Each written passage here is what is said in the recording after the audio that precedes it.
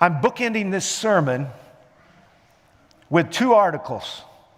They were both instrumental in shaping my life, my person, my character, and my ministry. Now, the first one came out of the Review and Herald in 1990, January 25. This one comes out in December 1993. This one is anonymous. J. David Newman is the editor of Ministry Magazine in the early 90s. And this is, well, I'm going to say just a little more before I open up the article. I want to make sure before I close this sermon out, you know something. Every leadership module you're in has a proving moment. For Jonathan, it was climbing up that crag. For David, it was fighting Goliath. Every leadership moment will have a proving moment. The other thing you need to know is that nothing will ruin you as a leader and turn you into a manager more than self-interest. Fear, greed, ease, you'll become a manager fast. Because those things are opposite to the kind of purity of heart and spiritual integrity it takes to do right and pay a price for doing right in a world that loves wrong.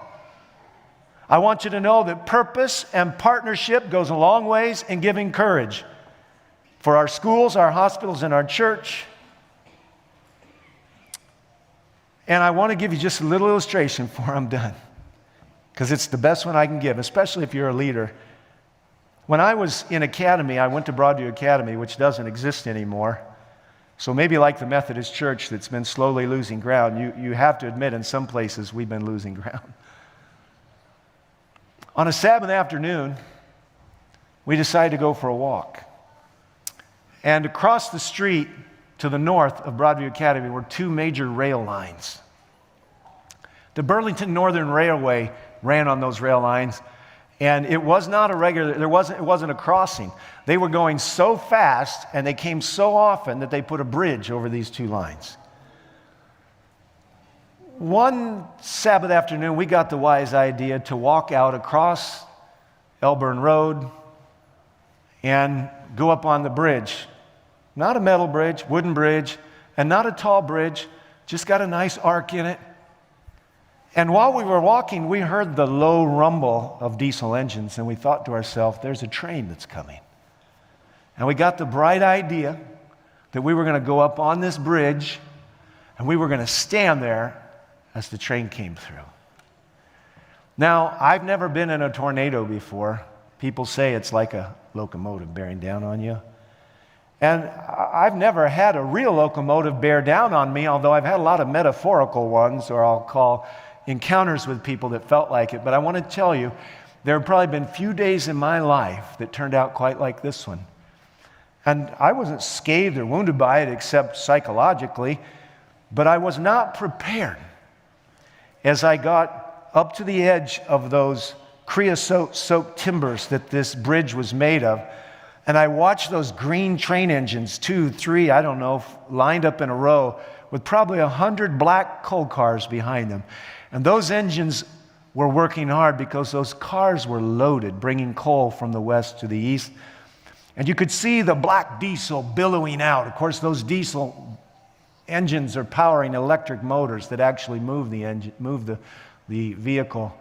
But I want to tell you, as I stood there watching that train bear down on me, knowing that I was in a safe place, nothing could prepare me for the decibels pouring out of the top of that unmuffled set of engines. And I have never probably been much more scared in all of my life, and I don't need the audible thrill or terror of doing that again. But I need to tell you the metaphor I use when I'm trying to teach leadership.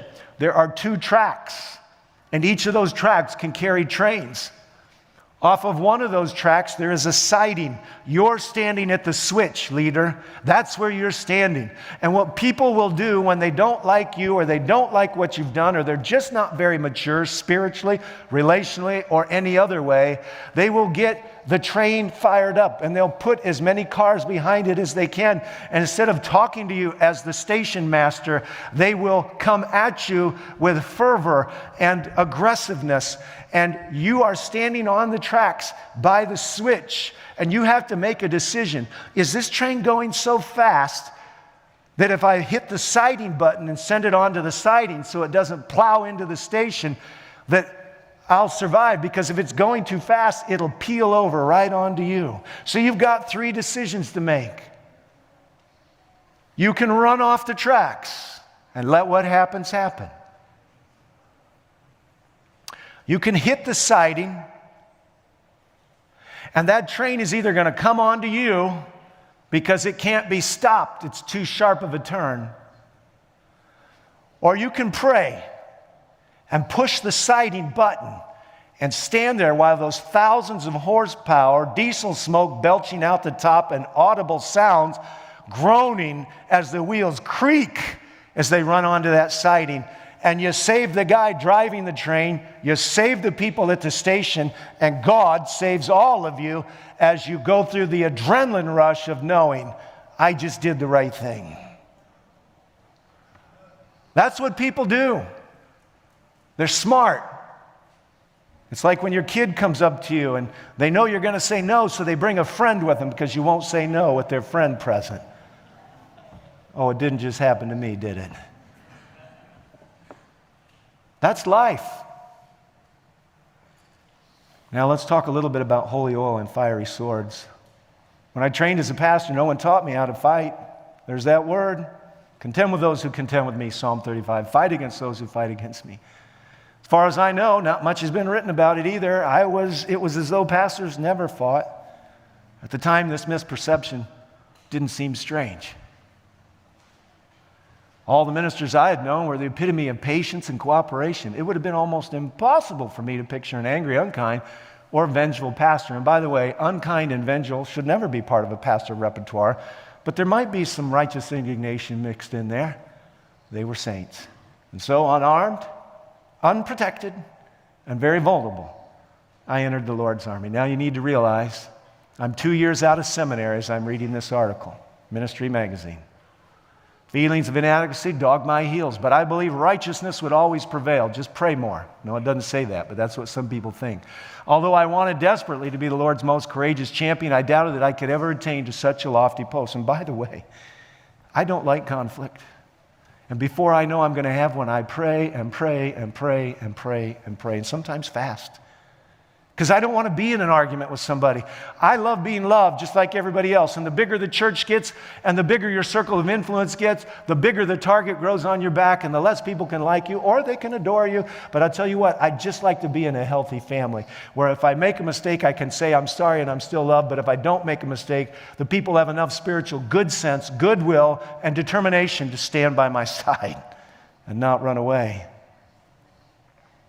No ministerial intern is fully prepared to take up the Lord's banner, and I was no exception. I comforted myself with the thought that my colleagues would be supportive, sensitive, and helpful. But then the man who wrote the article, who is anonymous, got up to make a presentation on end-time events, and it was in a large church like this, where there were multiple pastors on the staff, and when he got down to describing Jacob's time of little trouble, another pastor stood up, not the senior pastor, so that tells you it was a pretty big church, and he attacked the man, young man, making the presentation. And it wasn't just that he disagreed respectfully, it's the fact that he embarrassed him and attacked him and told him he was wrong and acted like he had ill intent. Eventually, I recovered. I shall never forget how my senior pastor handled the situation. I want to tell you something. I can tell you after 30-some years, the senior pastor blew it. Whether you're in a board meeting or a public place, when somebody, especially a coworker of yours, stands up and humiliates somebody else better stand up and nicely communicate, we don't do that around here. He refused to take sides, which is supposedly a Christian attribute of nobility. But most situations I've faced, there's right and there's wrong, even though it's mixed up sometimes. Instead, he just poured oil over the troubled waters, and sure enough, they quieted down. What seemed to work was to have a huge reservoir of oil handy to smooth over conflicts, to learn to be a people lover, which we should be and which we are. I thought that if I just kept the oil flowing and kept smiling, I'd be able to keep all things at least polite. I once worked with a pastor who illustrated the tragedy of ministering with a survival mentality. He was near retirement. I had learned his survival. I'm skipping things in the article. Well, I say I knew him. I didn't really. He'd learned how to hide his true self. He could dodge and parry as deftly as any fencing champion.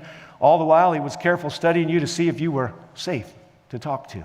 As soon as retirement came, however, he threw aside a lifetime of pretense and he left the church.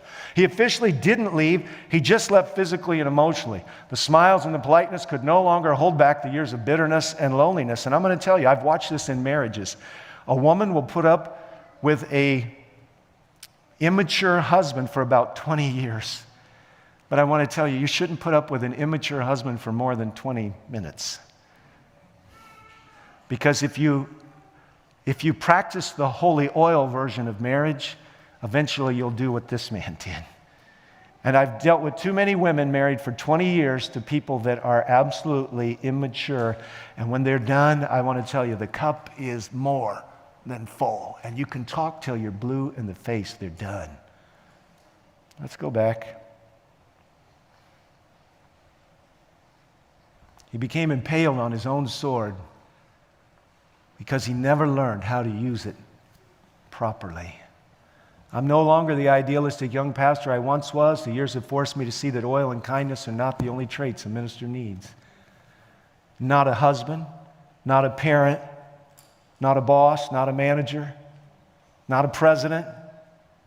There are situations that demand courage and the ability to speak up and be counted.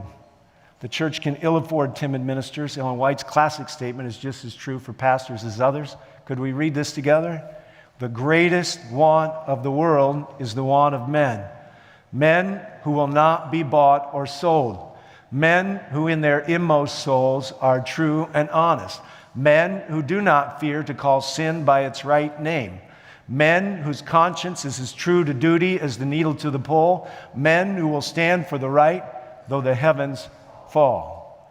Our church must begin to foster such persons in the ministry. Persons who know how to be gentle. Can anybody say amen? And kind and strong at the same time. But how do we do it? Where do we begin? Who'll be the first to break the ground? By the way, this is Parenting 101 as well. Our church leaders must inspire both love and enmity. That's what William Willimon said. Kind and firm.